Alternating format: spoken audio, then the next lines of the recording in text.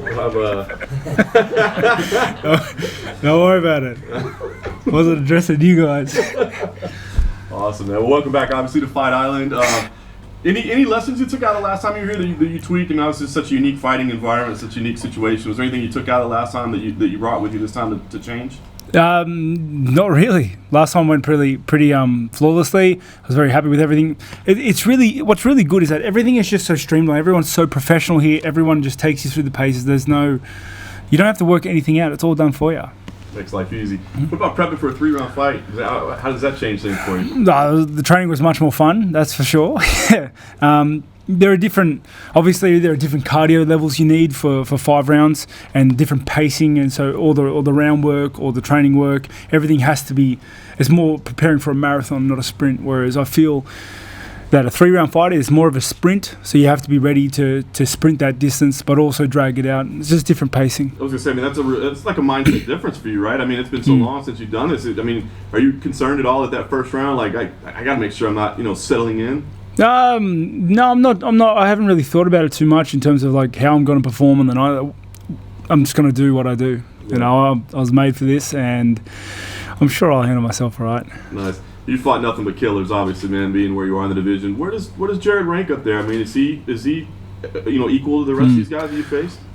Jared right now has the highest threat level of anyone because he's the dude I have to fight. I have had hard fights, and I expect a very hard fight in Jared. Jared's a very hard dude. I am not sleeping on his skill set. I'm not sleeping on his power. He can beat me. I could lose, but I don't think I will. Very nice. I know you're not looking past this at all, but you see Israel out there looking at other options, and he's talking to John Jones and heavyweight and whatever else. I mean, if you win this fight, do you feel like he owes you, that it's not okay for him to go fight anybody else? I don't think anyone owes anybody anything. I just want to fight Jared right now. I'm not really thinking about it like at all. Whatever he wants to do, he can do. He can fight anyone. I don't care. Honestly, I just want to take this fight. I want to go there, do my best, and go home. Just cruise out, enjoy Christmas. Very nice. Last one for me. How do you think this one goes? I mean, do you see this being a kind of a back and forth battle that you have to get through, or do you feel like you can, out technique this guy? How do you see this one going? I think he's a hard guy, and I'm certainly respecting his skill set. He's very tough. He's very powerful. He has knockout power, and he's resilient. He never goes away. But honestly, I just think I'm better across the board. I think I can take this fight wherever I want it to go. I can lead this dance. I think I can sting him. I can knock him out. I can do anything I want. And I have 15 minutes to do that, which is better than 25. So I'm looking forward to it.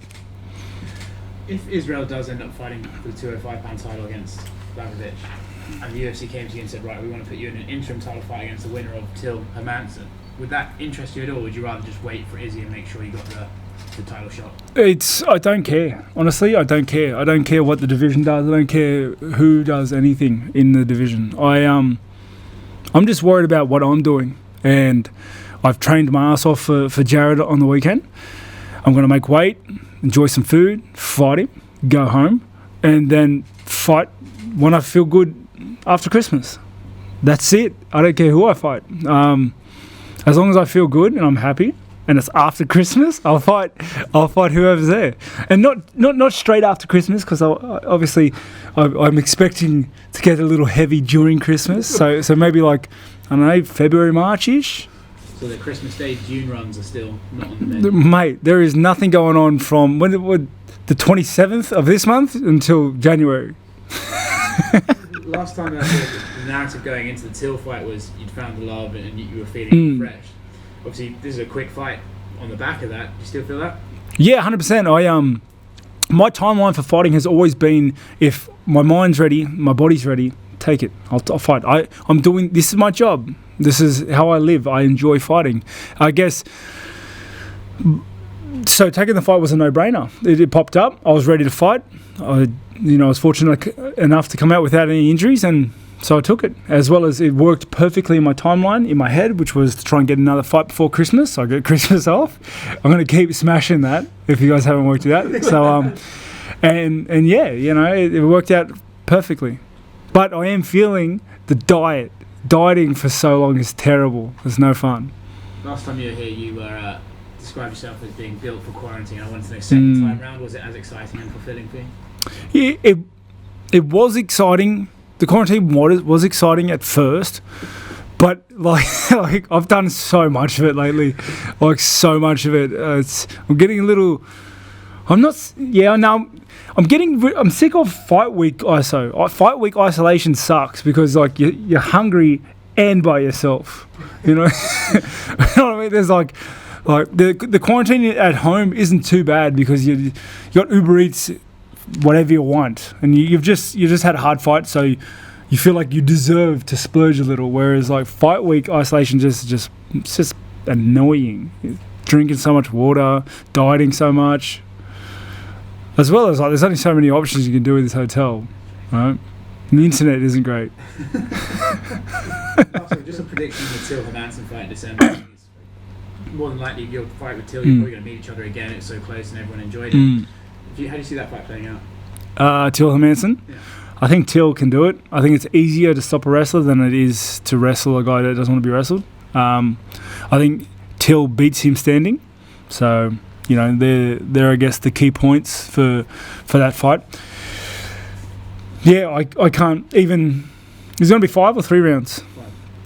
5. Yeah, you know, I guess it'd be. I'm curious to see how Hermanson you'd have to try and pressure him in and slow Till down with wrestling. It's going to be cool to see how much damage he takes trying to do that.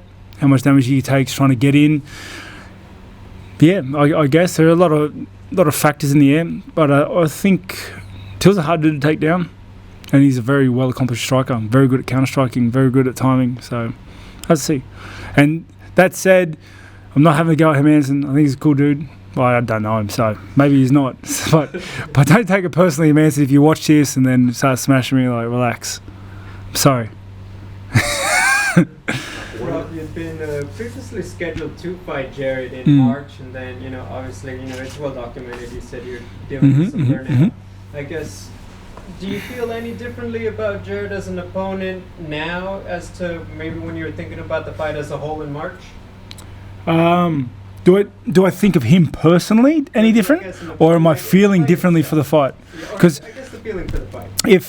If we're going on how I feel about the fight leading up with Jared, like this time round is very, very different, because just in the fact that I want to train, I want to fight, I want to beat him, I want to be here. Whereas when I was leading up to him the first time, I didn't care. I just was just going through the paces, just doing what I thought I had to do, because that's what being burnt out is. You know, you're just trudging along. So this preparation has been completely different to the first time. But then that fight was never meant to be anyway. He got injured 2 weeks before we were supposed to fight. So, you know, everything happens for a reason. For the record, with everything going on in March, it had nothing to do with Jared. It was just yourself internally that, you know, pulled you away from that fight when you did. Yeah, why would Jared have anything to do with it? Lives across the world. He was harassing me. And I thought I just doing it. Nah, I don't know. It had nothing to do with him. I just wasn't ready. Wasn't up for the fighting, for fighting at that time. Not him, just in general. I took a big step to the left. So, but I'm back, and here we are. You've held the middleweight title. Obviously, it has a lineage, and one of the biggest stars of the middleweight division is Anderson Silva, retiring next week. I was just wondering if you have any thoughts on, you know, the guy who held the belt before and just his legacy in the division. Honestly, I haven't really thought about it. Sorry, like I didn't even know he was retiring next week. I'm sorry. Is he retiring? It says it's his last one. Okay. Oh, so he's fighting next week. Yeah, I don't know. I just keep to myself. Fighting Uriah Hall. Is he? Yeah. 5 rounds. Wow. That's something to watch next Saturday. Halloween night. Maybe. I might watch it. One dude's not going to be in the division anymore, and I beat the other one. So, come on, we're all just laughing. We're having jokes. Hey, one of the narratives of this going into this fight was like you found love for training again and the burnout stuff. Similar comments were made by Brian Ortega and Makwan Americano, where they said they had to burn bridges with people, kind of pulling them in 1,000 directions before their fights. Did you have to do anything like that, or was it solely the physical training part? Oh,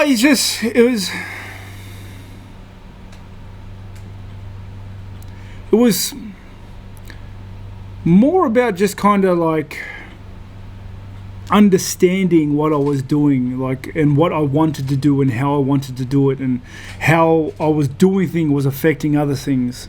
It's very complicated for me to put it into words. Like, I guess like the shortest way and the briefest possible way of saying it is like I went soul searching for how I wanted to do things, how I wanted to be, what I wanted to do it, and I found the reasons why to do certain things, and once I cleared up some headspace and I cut away the fat, trimmed the fat, if you would. Everything just became real easy, real simple. It was just, I wanted to do certain things because I'm doing things now because I want to, and it's just like all the fog, it was all jumbled and there was so much on my plate, and I just took it all off and then started stacking it back on slowly. In this sport that is so aggressive and you guys are fighting there, do you think it should be more accepted to openly speak about like what is going on like in your headspace before fights and how it would affect that outside of the physical part, like the mental part should be discussed?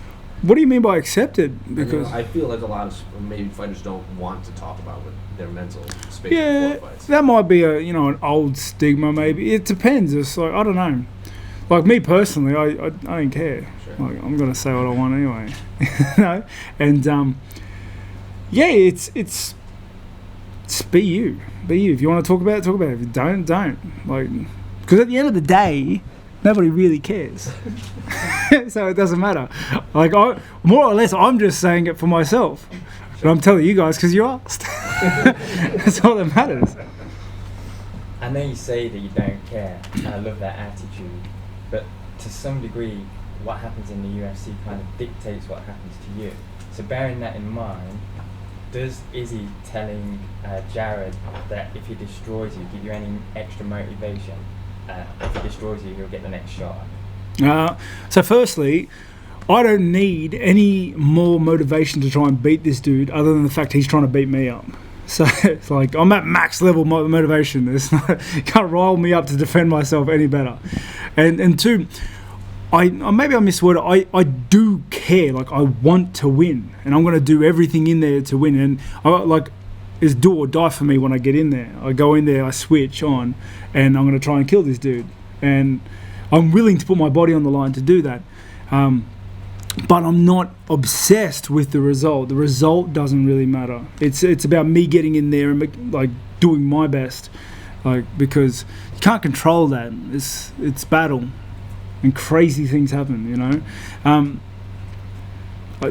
whatever Izzy said to Cannonier, I don't know. We're friends, maybe. Like maybe that pepped up Cannonier. I don't know. All I know is I'm gonna go in there and try and rip his face off on the weekend, and that's it. And yeah. What if you win and they offer you a title fight on December 19th? Oh, fuck. Yeah.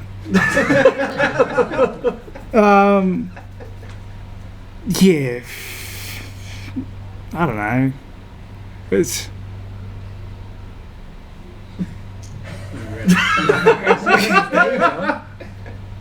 I'm gonna have to get. I'll worry about that then, honestly, because like, I'd have to talk about it with my team, and they would. If they thought it was the best move, man, they have a hell of a convincing job ahead of them. You know what I mean? But otherwise, I don't even have to worry about it.